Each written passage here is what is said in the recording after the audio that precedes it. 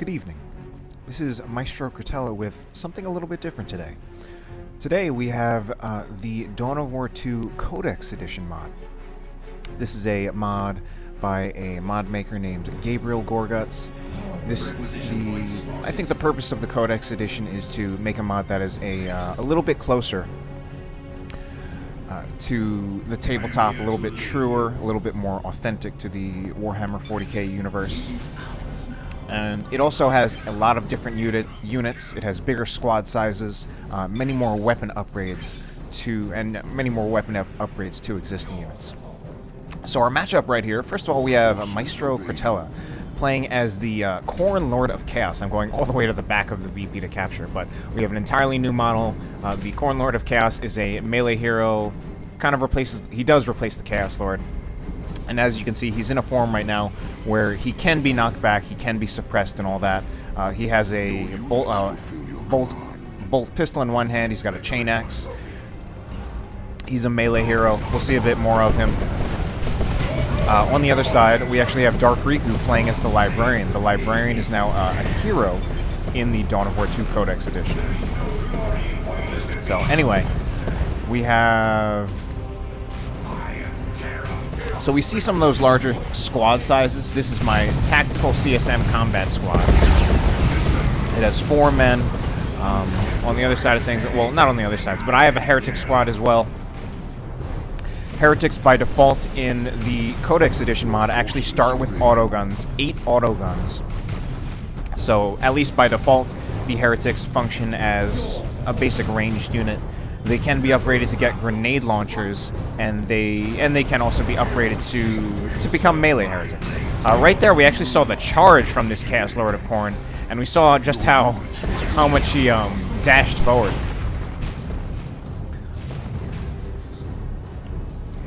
Riku has 2 scout squads. As you can see, again, we have 4 men on each squad, and all of these squads are upgradable to have a sergeant, so they can actually be upgraded to have 5 men. We don't yet see any weapon upgrades on pretty much any unit, but there's a greater variety of weapon upgrades. Scouts can, like normally in the Elite mod or in Dawn of War Retail, they can get shotguns or sniper rifles. Additionally, scouts can also get flamers and even a heavy bolter. Right here, the scouts are forcing melee with my cultists. They're actually called cultists now in the Codex Edition. And I'm kind of backing off in part because I have less health than Riku scouts. I'm also, and the scouts actually get a special attack, wow. But I'm kind of assuming, since this is supposed to be truer to the Dawn of War universe, that the scouts would win in melee over the cultists, since I imagine that would be the case in like Dawn of War tabletop, just that, or at least in the lore, that scouts should be beating cultists in melee.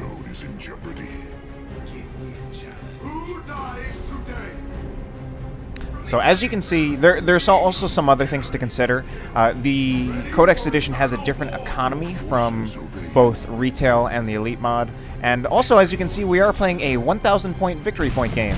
And that's something that we are going to kind of regret later. But we had played a bunch of team games before this, and we actually found that we just weren't really getting to tier 3 and getting to try out a lot of the tier 3 units in the game in a 500 point victory point game with the way the economy is currently, basically just with the way the economy currently is in this game. So now we actually have Chaos Raptors out on the field from me, but a nice special attack from that Librarian. Chaos Raptors. And come very close to getting that. He's actually not even called the Librarian. He's called the Senior Epistolary. But these scouts do have been upgraded to a sergeant. That's something that's been relatively unchanged. Gives them another man, gives them the ability to throw a grenade, as well as making them a detector unit. But right here, this is something very interesting. It says secondary HQ choice, but if you look closely to this, it's actually a squad, a very interesting squad. They have some very interesting helmets. If we can get a little bit closer, they've got like almost like hooded helmets. We have a Power Fist on one model. He's got a Power Fist and no sidearm. That is very interesting. And of course, we have a Tech Marine. So this is like a Tech Marine squad, but that Tech Marine squad just got disrupted by the Chaos Lord of Khorne. I also have a War Gear that... this is a War Gear that gives the Chaos Lord of Khorne the ability to charge. And it's a very, very powerful charge. Has a very long range and disrupts quite a bit. We also have some new portraits. The old Havoc portrait is now just used as the portrait for the Chaos Space Marines, whereas we have an entirely new portrait for the Havoc squad that I am building right now. But this Tech Marine squad, as you can see, it's building a heavy bolter turret, much like a Tech Marine would in retail or the Elite mod. And if we take a look at that Tech Marine squad again, it seems to be mostly a melee squad. One Power Fist model. The Tech Marine has that axe, and we have chain swords on the remaining Space Marine models. It's actually, for someone who's experienced with Dawn of War, or I mean with Warhammer 40k, has mostly been with the games, it's actually somewhat unusual for me to see Space Marines with chain swords and no jetpack. But Raptors jump in. They actually do knockback on landing, much like Assault Space Marines, and they seem to be pretty tough too. I'm losing this engagement quite a bit. Riku throws a grenade to try to catch my Chaos Space Marines, but I'm paying attention and I get these. Seem to get these. Oh no! Wow! I thought I was gonna get that that tactical CSM squad out of there with all 4 models, and then just one swing from that Tech Marine squad actually killed half of the models from my squad. So I now have a Havoc squad. The Havoc squad, at least by default, it functions much like it does in retail or Elite. But it actually has, I'm sorry, I apologize for the lag on my computer, but it actually has 2 heavy bolter squads, if you can see that. It has 2 heavy bolters, rather. And it has several different weapon upgrades. I believe it has 6 different weapons it can use. There's still the las cannon, the autocannon. There is... Let's see, the las cannon, the autocannon. They actually, I believe, get a missile launcher.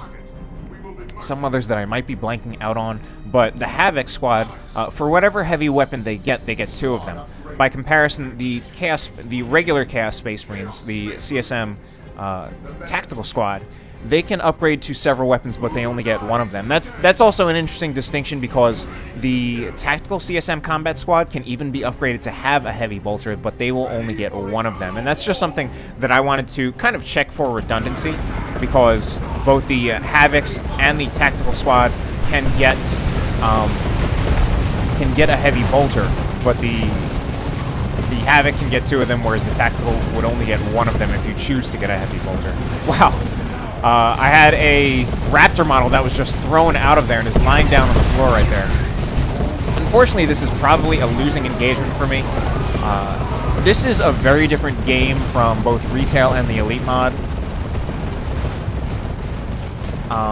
Because basically it's really hard to just go in with your existing knowledge base and just use that. I mean, the basics of the game are very similar, but like just a lot of the thinking will not quite work. And part of what's going on there is that I don't entirely know what to do about this tarantula turret.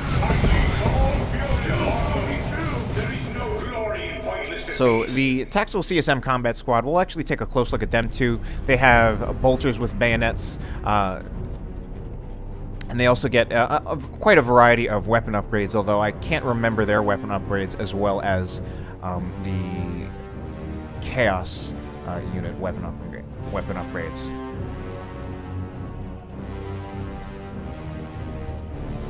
And this right here is, I mean, we have a game between me and Riku. It's not an entirely serious game. I mean, I'm still trying to win. But I don't know this game. I don't know the Codex edition mod a whole lot. I don't imagine that Riku knows it terribly well either. But obviously we're both fairly competitive players. I certainly try to win. Riku even if he doesn't know this, the Codex edition that well, just has he just has a lot of high-level game experience from how good he is at Dawn of War 2 in general. And from on this Chaos Lord of Khorne, we can see now that I have, it's called the Blood Feeder, but that's the demon sword that the regular Chaos Lord gets.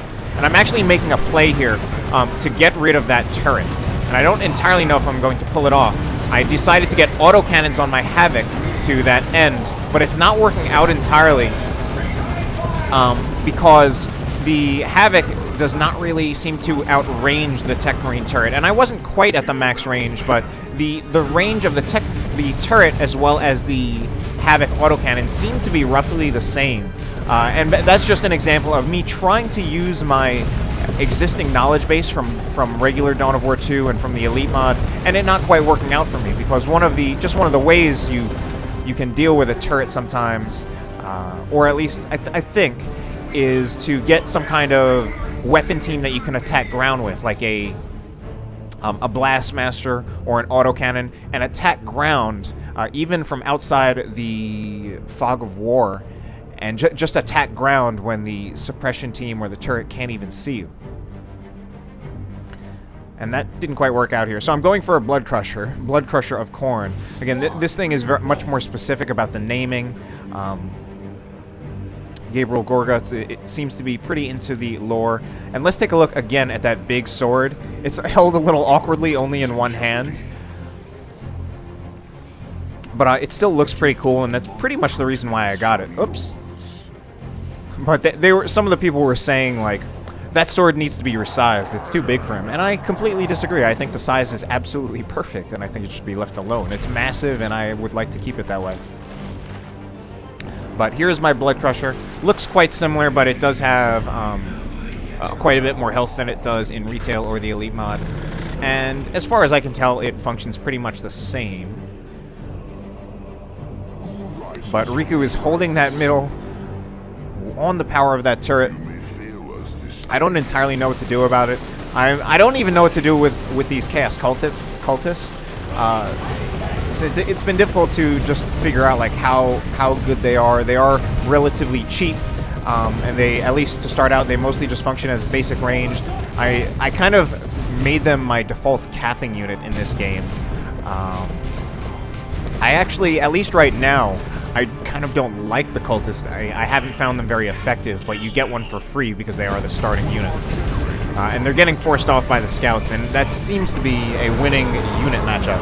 But I'm now making a play for this Tech Marine turret, disrupt the blob, disrupt again. First the disruption from the Blood Crusher charge, and then the Raptors jumping in. And in this case, yeah, so I'm going for that turret again on the power of now my Blood Crusher as well as the Havocs again. I tried to pick a different position, and it looks like I will take out that turret.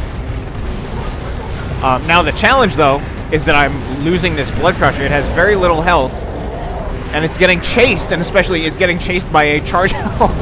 So the Dreadnought, I think, actually killed my Blood Crusher with the charge. But this is a Space Marine Dreadnought. The Dreadnought now starts out... Whoa! Boom. It starts out with a ranged weapon. As you can see, we have this multi-melta, and it also, again, has a huge variety of upgrades. Much like most of the units in the Codex edition, it just has a huge variety of upgrades. So I believe it can get an assault cannon. It can get probably... I can't even remember all of them. But it can just get a huge variety of upgrades. We can probably get a plasma cannon. We have some Scouts bashing generators. Let's also look, I actually feel like we haven't seen a whole lot out of the Senior Epistolary. Part of that may be because Riku doesn't entirely know what to do with him. He's new as a full-on hero. He does have that smite ability and still has that smite ability. And I think that's mostly what we've seen out of Riku. But, yeah, so Riku, I think, has a bit of an advantage on the power of this Dreadnought. I am not entirely sure what to do with it. And I think Gabriel Gorguts has even said that, like, the rules of this game are just a bit different from Elite Mod or Codex Edition. And I think one of the things that's included in that is that he said something like there aren't as many hard counters to things and a lot more like where everything just kind of soft counters things. So I think they're like it might not be like I guess like when I see a vehicle I think okay now I need like dedicated AV. And that might not be entirely true. And there's certainly weapons that are probably going to be very powerful AV, and those will probably still be roughly the same weapons that are AV in retail or in Elite. So one of the things I've done here is since I made my Havoc into an autocannon, I actually decided to put a heavy bolter on my CSM tactical squad. And just my thinking there was that basically my Havoc was focused on suppression before I had upgraded to the heavy bolter. I mean, before I had upgraded to the autocannon. But I gave up that suppression because I got the autocannons. So I decided to actually shift my tactical CSM into that role, and kind of expecting that they wouldn't be as good at that role because they only have one heavy bolter. But they still look pretty cool. Unfortunately, it does not look like I'm winning this engagement. I've only got those 2 units out on the field. And I'm probably about to get charged by a Dreadnought. And even if I don't get charged, but I am going to get charged. Many of the vehicles in this game have charges. Rhino Transport has a charge. And I actually have a Chaos Dreadnought. This one has a las cannon on the side. Now, I think the Chaos Dreadnought, I did not get to see it before I upgraded the weapon. But I think it starts out with some kind of just bolter on the hull. Just a ranged weapon. Again, it starts out as ranged, and then it has a bunch of different upgrades. You can get the regular autocannon as well as the missile launcher, much like in Retail or Elite. But right here, I actually have a las cannon, and the modeling is very nice. This is a very nice looking las cannon. It's fantastic, actually. But I also decided to get an Aspiring Champion on my Raptor squad. Give it 5 models. And again, this is something where I don't actually know if this is a good decision, but it's just the way I'm thinking, at least, is that I feel like I'm relying a lot on my Raptors for disruption and to lead the charge, and I want to give them both a little more durability and a little more performance, especially since I'm relying on them to get behind the lines and as well as disrupt the blob that is protecting that turret. And that turret is still being a pain in the ass for me. So anyway, big engagement going down right here. The Chaos Dreadnought appears to not really be facing or shooting correctly. But things are actually not looking too good. We now have Vanguard veterans as well from Dark Riku. He also has quite a bit more resources. I lose my Chaos Dreadnought. And unfortunately, this engagement does not really look like it's going in my favor. I do knock out the Tech Marine squad, though. Although, in the end, I'm losing a bit too much. Looks like I'm probably, maybe even going to lose the Raptors right here to these Vanguard veterans. Now, the Vanguard veterans, they look pretty cool. Oops. Thunderhammer, we actually have power axes on that Vanguard squad, as well as power swords and Thunderhammers. But I just lost a bunch of stuff there. And that's actually interesting that Dark Riku can actually use his senior Epistolary, his hero, to revive his secondary hero. So, there I kind of conceded. It's probably not... I may not have been entirely out of the game, but I kind of just felt like I was done, in part because I didn't entirely know what the hell I was doing. And we also had that 1,000-point VP thing, which afterward we kind of commented that for 1v1 that is just too much, and I didn't want it to go on that much.